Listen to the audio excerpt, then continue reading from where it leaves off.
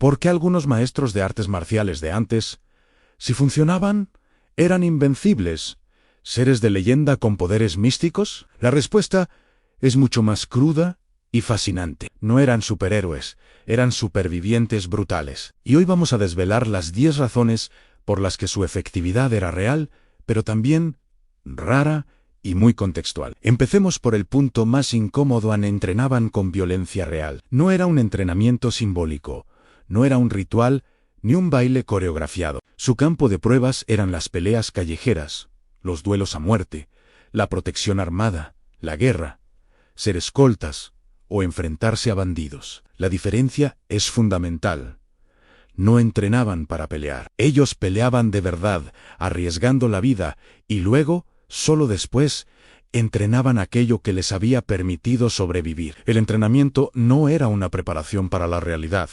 Era un análisis de la realidad que ya habían vivido. Lo que no funcionaba bajo presión real se descartaba de inmediato, porque un error no significaba perder puntos, significaba morir. Esto nos lleva a la segunda verdad, la más incómoda de todas en la selección natural. Hoy solo recordamos y mitificamos a los maestros que sobrevivieron, a los que ganaron sus combates y a los que tuvieron la oportunidad de dejar alumnos que contaran su historia. Pero, ¿qué pasó con los demás? La historia olvida convenientemente a los miles que murieron, a los que entendieron la lección demasiado tarde, a los que simplemente desaparecieron sin dejar rastro. El mito del gran maestro se construye sobre un cementerio de fracasos. Por cada leyenda que conocemos, hay cientos de artistas marciales cuyos sistemas no funcionaron y pagaron el precio más alto. Ignorar esto es romantizar una realidad que era brutalmente pragmática. Tercer punto.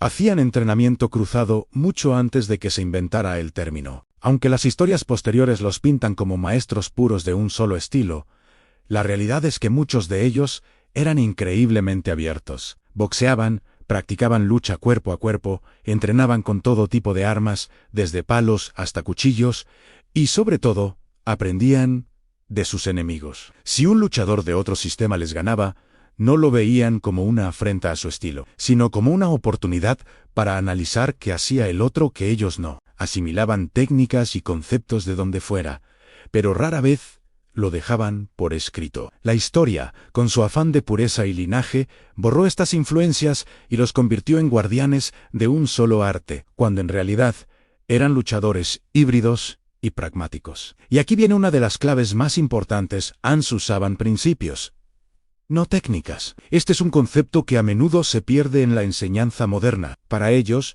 la técnica específica, el movimiento concreto, podía cambiar según la situación, el oponente o el entorno. Lo que nunca cambiaba eran los principios subyacentes, la estructura corporal para generar y absorber fuerza, el timing para interceptar o atacar en el momento justo, el desequilibrio constante del oponente y la intención clara y directa en cada acción. La técnica era el vehículo, pero el principio era el motor. Podían improvisar y adaptar cualquier movimiento porque entendían el porqué detrás del qué, mientras que hoy muchos se aferran a un catálogo de técnicas.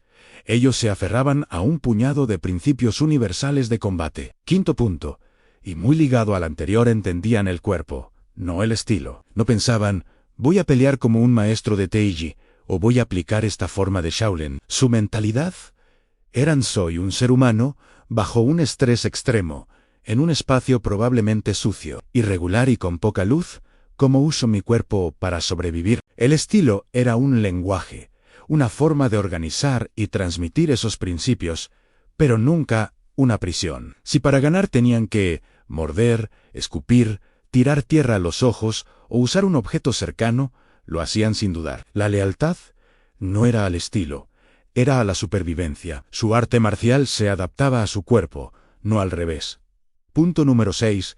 Mantenían contacto constante. La famosa sensibilidad o la capacidad de escuchar la fuerza del oponente no la desarrollaban haciendo formas al aire. Venía del choque, de la fricción, del contacto real y frecuente. En su entrenamiento había empujones constantes, agarres, lucha en el suelo, forcejeos y sobre todo impacto. Recibían y daban golpes. Esta exposición constante a la presión física real calibraba su sistema nervioso, endurecía su cuerpo y les daba una comprensión táctil del combate que es imposible de obtener de otra manera. La sensibilidad no era algo místico, era el resultado de miles de horas de contacto físico real y no cooperativo. Y esto me lleva al séptimo punto. Uno de los mayores malentendidos sobre las artes internas o tradicionales no eran suaves todo el tiempo. La suavidad era una herramienta estratégica, no una identidad. Eran suaves solo cuando les convenía. Por ejemplo, para redirigir una fuerza mayor, para conservar energía o para engañar al oponente. Pero cuando llegaba el momento de atacar, eran absolutamente brutales, directos y explosivos. La idea de que un maestro de Teiji o Bagua era siempre blando y fluido es una caricatura moderna. ¿Sabían ser como el agua? Sí, pero también como una roca o como un rayo. La suavidad sin la capacidad de ser devastadoramente duro y directo es inútil en un combate real. Octavo punto, y otro, que choca con nuestra visión romántica. Sabían cuándo huir o cuándo matar. No había romanticismo ni honor de película en su enfoque.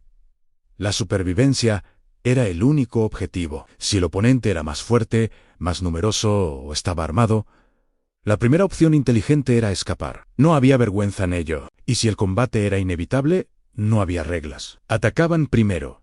Si era necesario, atacaban por la espalda. Usaban armas ocultas.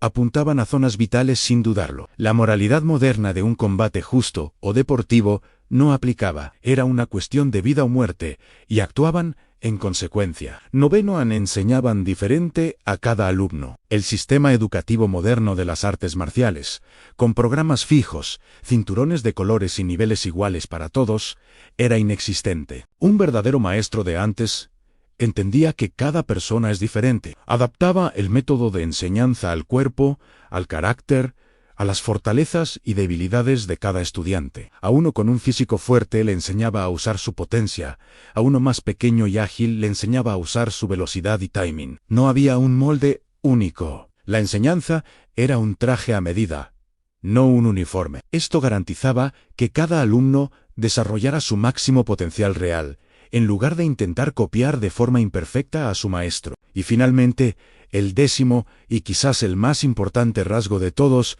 no se autoengañaban. Tenían la honestidad brutal de saber cuando algo no funcionaba. Si una técnica fallaba repetidamente en situaciones reales, la cambiaban o la descartaban sin apego emocional. El ego, esa necesidad de creer que tu estilo es el mejor y es infalible, es el veneno que mata a las artes marciales. Estos maestros eran científicos de la violencia. Experimentaban, probaban, medían los resultados y ajustaban sus hipótesis. Si la realidad les demostraba que estaban equivocados, aceptaban la lección y seguían adelante. No se aferraban a tradiciones muertas ni a movimientos bonitos que no servían. Así que, la verdad final es esta: a los maestros antiguos, que realmente funcionaban, no eran guardianes místicos de estilos puros, eran depredadores inteligentes y adaptables. Eran el resultado de un entorno violento que filtraba sin piedad lo ineficaz. Recordemos siempre, esta frase: la tradición no te hace fuerte. La adaptación, sí. Gracias por acompañarme en este análisis. Si te ha gustado, dale a like. Suscríbete para no perderte más contenido como este y déjame en los comentarios qué punto te ha parecido más revelador. Nos vemos en el próximo video.